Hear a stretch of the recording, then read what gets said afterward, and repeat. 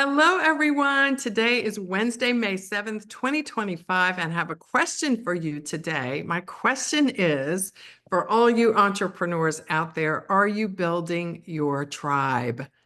And to help us answer that question and share the importance of building a tribe, we're going to talk about what I learned in this book, Tribes by Seth Godin. This is a very short book, and I'm going to share three things that I learned from this book that will be very helpful to you to help you understand the importance of building a tribe or a community around your brand. And I got this idea to share this with you because I'm reading this book this month in the Indie Business Book Club, which is the book club that I host with my members over at the Indie Business Network. We have been reading a book every month since 2009. We've taken a couple of months off from time to time, but this is the second time we are actually reading this book. And I'll just show you, the first time we read it was several years ago, and this is the first version of the book. I actually like this cover better. Like, look at the cover with all the little people in it. Like the subtitle of this book is "We Need You to Lead Us." And the book hasn't changed that much over the years. I don't like this cover as much. I love this one, so I'm going to use this one. The inside of the book is pretty much the same, but they just re-released a new version of it for whatever reason. But anyway, I'm going to share from this one. Seth Godin, for those of you who don't know, is a very prolific author and one of the most respected speakers, leaders, small business owners, and authors of books and ideas on the topic of marketing small businesses in the whole entire universe. He writes at his own blog and has been writing at his own blog for many, many years. I believe he still publishes a blog post every single day. And the posts are usually very short, maybe 6 or 8 sentences long, but they're always designed to make you think. Like every single post, I have to read it like 2 or 3 times and mull it over in my mind to get the full meaning of it. He's very provocative in his posts, and I really do enjoy learning from him. So I'll post a link to his blog in the comments below. But today I'm going to share 3 things that I learned that are very meaningful in this book that have helped me to further understand the importance of building, nurturing, sustaining the community that I manage and that I lead over at the Indie Business Network. And I also help people to build and establish their own communities around their brands, which is very important work that I do. And I want to share with you what I learned about that from this book and help you understand, if you have a business, that it's very important to build, nurture, and lead a community around your brand so that you can connect with your customers directly, connect with your buyers directly, maintain and nurture relationships with them, and so that you can also have an ecosystem around your brand that really does sustain continuous warm sales leads, right? This is a really important part of why you do this. But it's not just about sales, it's about community around your brand. It's about building a network of people around your brand who not only connect with the brand, but also connect with you and each other. So here's the 3 things that I think are really important nuggets to get out of this book. So the first one is very simple. It really kind of is the definition of a tribe, according to Seth Godin. And I agree with this. Like, it's also the definition really of a community. A tribe is a group of people connected to one another, connected to a leader, and connected to an idea. So there's 3 things right there: connected to one another, connected to a leader, and connected to an idea. And when you break this down into business concepts, it's connected to an idea, which is the brand. Okay, the idea is an extension of the brand. So if you have a business, you have a brand, and your brand should really reflect an idea. Like whatever you sell, it should be reflective of an idea or a theme that your product or service is sort of revolving around. So that's the first thing, is connected to an idea. The second thing is connected to a leader.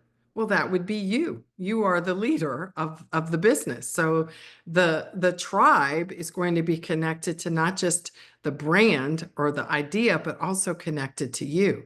And most importantly, and this is really where the magic happens, they're also connected to each other. So when you connect a group of people who love your product or service and who also love you because you are serving them, and then they also, because of you and because of your product, also get to know each other and connect with each other, then you have a community, or as Seth Godin calls it, you have a tribe. And when you put those three things together, you have a lot of power. And you put them together in an ecosystem that doesn't rely on email marketing, it doesn't rely on social media, it doesn't rely on advertising, because you bring people together in a platform and an environment that you, as the brand leader, own and control. It's magic. I'll tell you, I've been doing it at the Indie Business Network for over 2 decades. And it has sustained the business. It's made it fun for me. It's made it fun for the people that I serve. And it's made it fun for each other because they get to know each other. And hundreds of relationships have developed because of the community that we've brought together at the Indie Business Network. And they have met each other in person. They have helped each other. They have supported each other. It really is a beautiful thing. And all roads lead back where? To the brand that started it all. So a tribe, again, is a group of people connected to each other, connected to a leader, and connected to an idea. So when you bring those things together, you have a tribe, you have a community. And when you build that out in your business, you have an endless number of warm sales leads forever.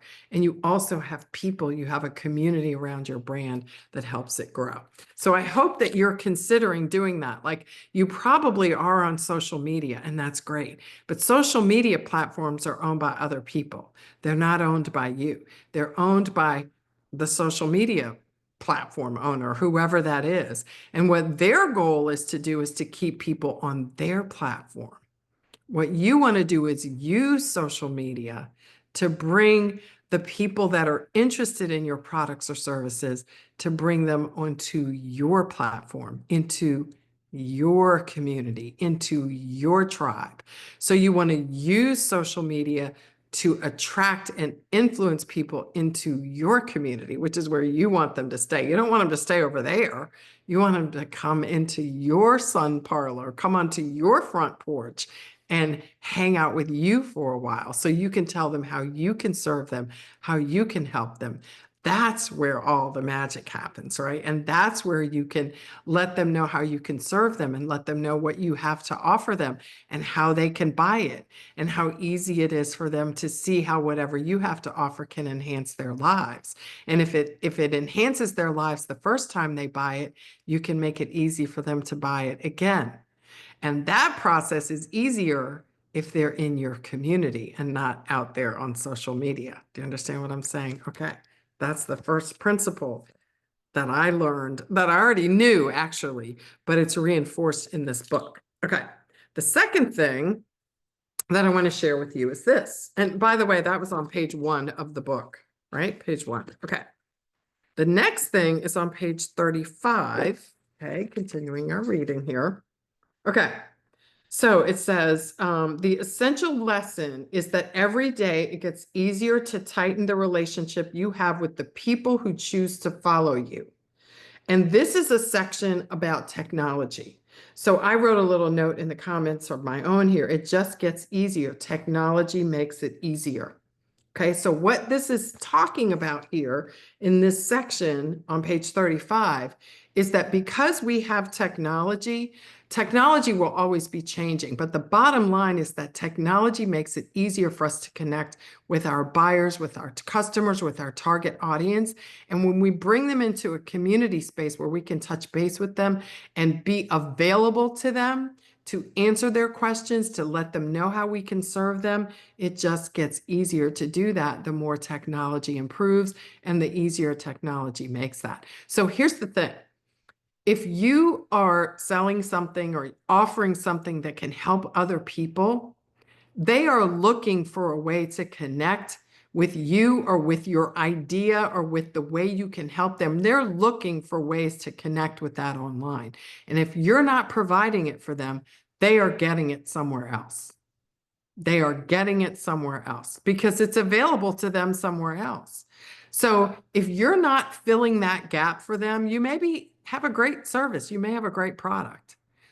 But there's a hole in what you're providing if you're not also offering them a community where they can connect with you, get their questions answered, see how they can make your product work for them better, see how they can make your service work for them better, see how other people are using the product, see how other people are using the service, connect with them and get support in a safe community where there are people like them, where they can belong with other people and connect with other people like them. If you're not providing that, they're getting it somewhere else.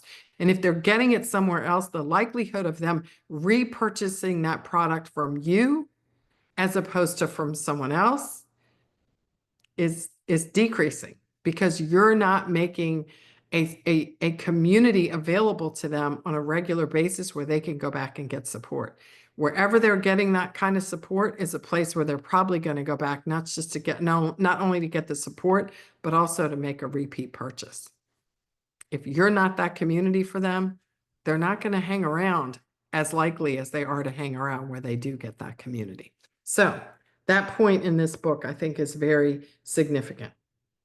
So again, the essential lesson is that every day it gets easier to tighten the relationship that you have with the people that choose to follow you. When people come into your community, they've opted in. They have chosen to be with you. And every day, technology makes it easier to tighten that relationship.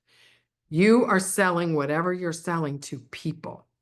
You're selling it to people. We cannot forget that. We may be using technology, but there are people on the other end of those phones, and people are buying. And when they can buy from someone that they feel like cares about them, that it's in a relationship with them, that's a plus. That's a feather in your cap. So use technology to tighten that relationship, to strengthen that bond. They're more likely to come to you, to look to you as a leader, to look to you that someone that can serve them and assist them. And when they feel that way about you, are they more or less likely to buy from you? Think about that. Answer that question. There's only one answer to it. It's yes, they're more likely. So building that tribe, nurturing that community, it's a no-lose situation. And using technology to do it is a very smart thing to do. All right. Okay, so let's look at number 3 here. Number 3. Okay. Now, a lot of times when I talk to people about community building, they're super excited about it. They think it's a great idea, but they also think, well, will it work? Like, will it work? Well, I have an answer to that question. The answer is yes, it will work, but we don't know exactly if anything will work until we try it. Like, we don't know how it will work. We know principles, we have a framework that I can teach you, but communities, just like products and new businesses, it's a risk. Like, you kind of got to launch it before you know exactly how it's going to work. Like, that's how business is. You can write a business plan, you can have everything ready to go, all your I's dotted and all your T's crossed. But until you launch that business, you're not sure exactly what's going to happen. Like, that's why business is business. That's why entrepreneurs are entrepreneurs, right? We take risks. We put something out there and then we tweak it as we go. So the third point that I want to make, this is from page 64, is this. And I'm just going to read a phrase from a sentence here. The safest thing you can do feels risky, and the riskiest thing you can do is play it safe. The riskiest thing you can do in your business is play it safe. Now, that doesn't mean that you go out and blow all your money, right? And be risky with your cash. I'm not suggesting that, but you need to innovate. You need to do things differently. And oftentimes that means that you need to do things that are different from what your competitors are doing. Because if you're doing the same thing everyone else is doing, you're going to look vanilla, you're going to look like a commodity, and you're going to look homogenous. And in today's world, where it is easy to start a business and everybody makes everything, and you are not making something different from anyone else, and whatever you're offering, somebody else is offering it right as they're scrolling on Instagram. If you offer something and the person likes it, the next thing Instagram is going to do is send another person that's offering what that person just liked, right? So every market is saturated with everything. You got to do things differently. You got to stand out. And one of the ways you can do that is by utilizing the power of a community and a tribe, because every community looks different. You may be selling a similar product or service to someone else, but that community is going to look different. It's going to have a different theme. It's going to have different people. It's going to have different everything associated with it. So creating, nurturing, and growing and leading a vibrant community of different people is one of the ways that you can set your product or service apart from everything else. And also like you are going to be in your community. You're not going to be in everyone else's community. You are going to be in your own community. And like I always say, you are your own cheat code. Like you are your best cheat code for your business. So creating a vibrant community where you bring your people together, where your product is there and your services are there and your best customers, the people who love what you offer, are the heroes of the day. There's nothing better than that. There is nothing better than that.